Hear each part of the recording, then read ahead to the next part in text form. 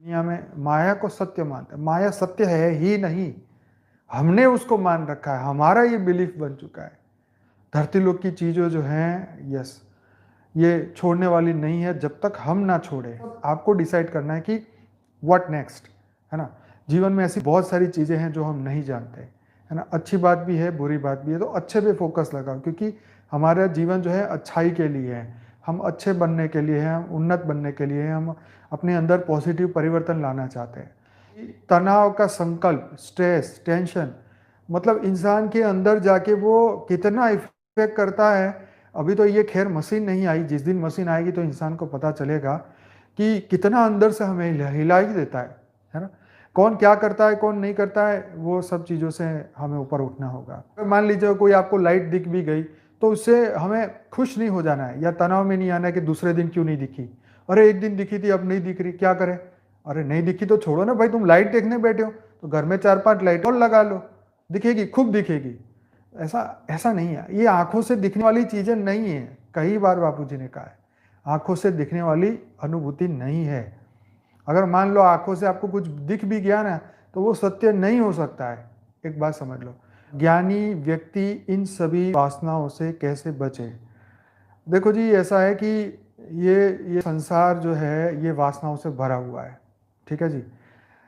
अब इसमें आपको कितने गोते खाने हैं, कितने नहीं खाने, वो तो आपको तय करना है, ठीक है जी। आपको कहाँ कितना आनंद मिल रहा है, कितना नहीं मिल रहा है।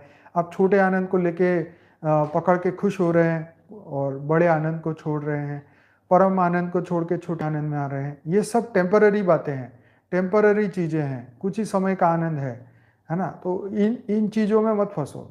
तो ये साधनों का सुख है, संसार का सुख है, ये माया है।